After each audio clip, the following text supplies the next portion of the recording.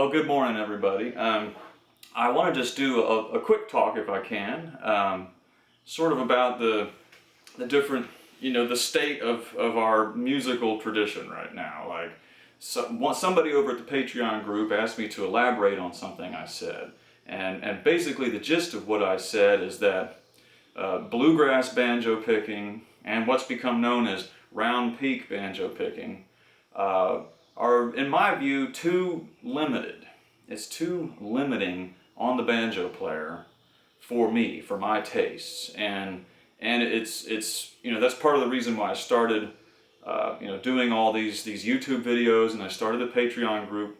I'm trying my darndest to promote the old traditional banjo picking, because in my view it's the most diverse, it's the most beautiful, it's the most rewarding to the musician and the listener, and it's the most important.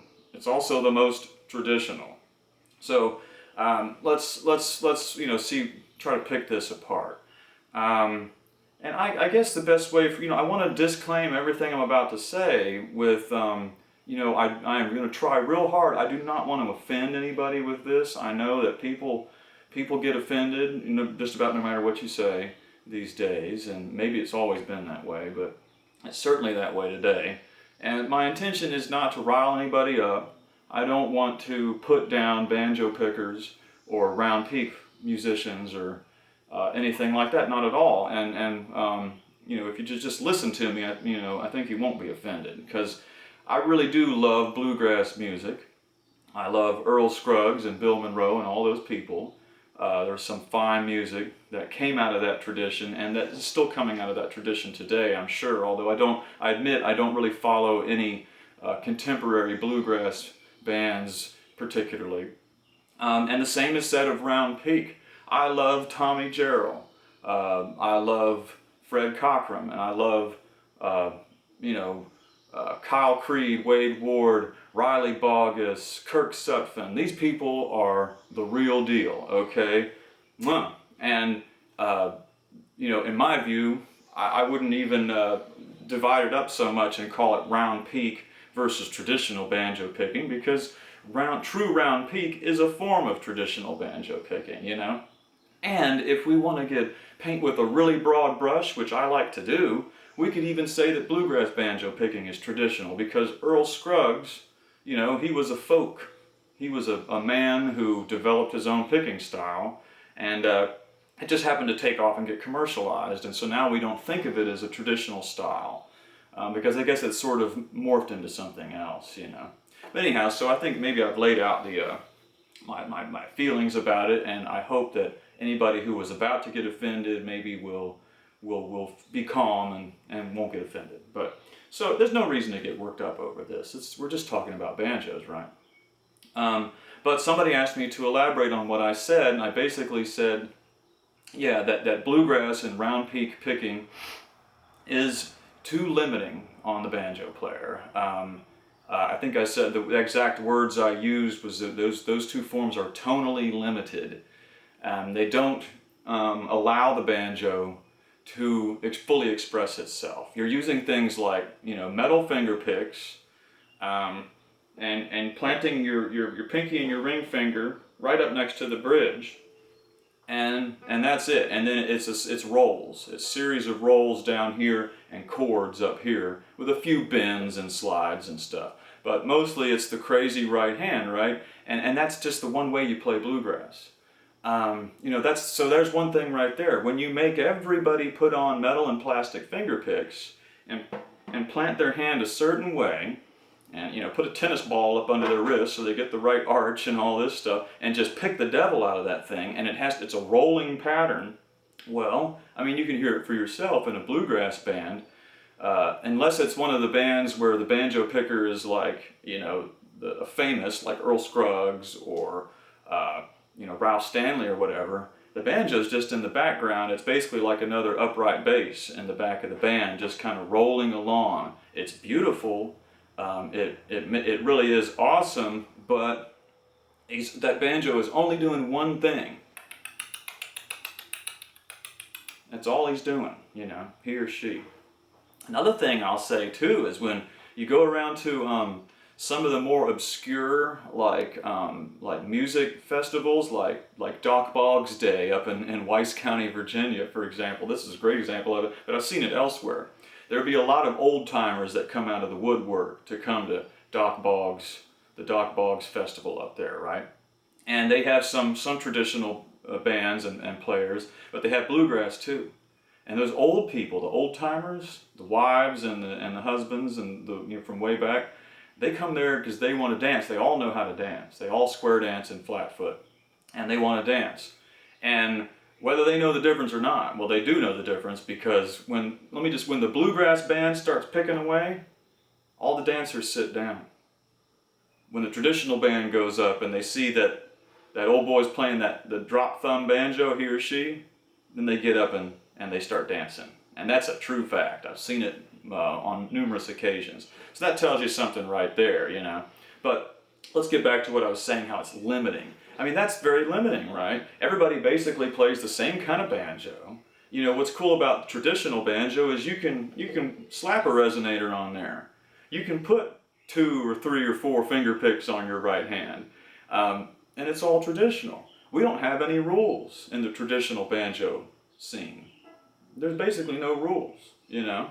Whereas in the bluegrass scene and the round peak scene, buddy, it's nothing but rules. And if you've been around it long enough, you know what I'm talking about. I'm speaking from a place of some experience, because I started out my banjo picking career with a bluegrass manual and 3 finger picks. And I got to where I could play rolls and stuff. You know, it was okay, but I only did it for about 1 summer.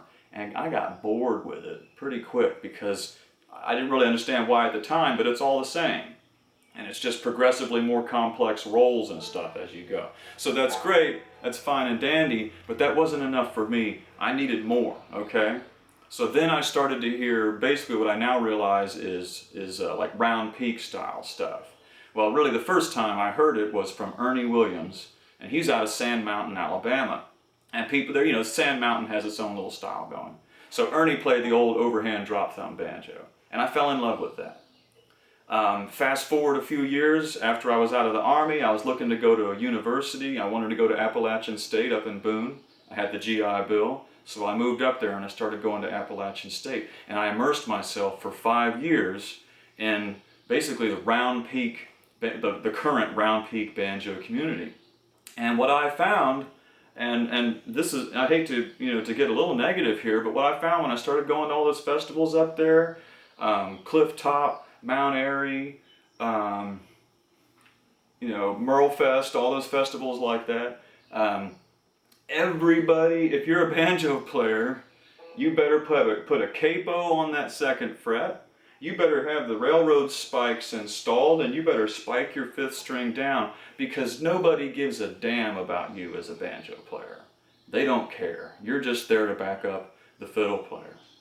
They also, generally, they don't sing very much anymore, which was kind of shocking to me. I mean, go see for yourself. If you think I'm bull hockeying you, go up there to some of these festivals. Go to Galax in Virginia. I don't think any of those people sound like Fred Cochran or the people that they claim to be. You know, that's the thing too. In the round peak scene, it's almost about identically copying Wade Ward or somebody like that. I mean, I never saw Wade. I mean, those people never used a capo, okay? The fiddle player had to come down to them, I'm presuming. But everything I saw up there, my style of banjo picking, which is just wide open traditional, I do several different ways, it was ostracized and ignored generally. I'm not making it up, y'all. And it hurt me, and I was basically shunned everywhere I went up there. I've said in other videos how I've never won a single banjo contest, and I've entered into probably 3 or 4, and I've never placed, never moved on to the 2nd round. And I don't think that was because I'm not technically proficient or good. Every time I get on stage, the crowd usually goes wild, and the judges kind of sit there waiting for me to get out of their way so they can see the next, typewriter guy. So now I'm getting a little persnickety about it, but that's basically what I'm saying. I mean, look at all the current round peak players. I'm not talking about Riley Boggs, I'm not talking about Fred Cochran. These people are amazing traditional banjoists. I'm talking about when you go to a music festival and you see 20 or 30 people standing in a circle wearing Crocs and swim trunks. And if there is a banjo player even present, he or she has to basically shackle their banjo like it's a slave being transported across the Atlantic Ocean. It's butchered with this thing barring it right there, this capo. They drill a spike into the fretboard and they pin down this, and then all the banjo can do is just pucker along and try to back up the fiddle player, note for note. God forbid, when I got in there, I didn't have a capo.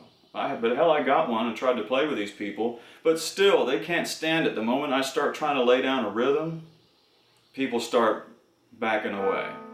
You know, people start looking at you odd. And the moment I would start singing, well, hell, I've been known to run off an entire jam. You know. So anyhow, guys, if you ever hear me talk about how traditional banjo playing is superior to round peak, notice I use the air quotes because most of it's not true round peak anymore. And it's superior to bluegrass picking from the banjo picker's perspective. This is what I'm talking about. When you come here to the true traditional 5-string banjo, it's a wide open world. You can do anything you want.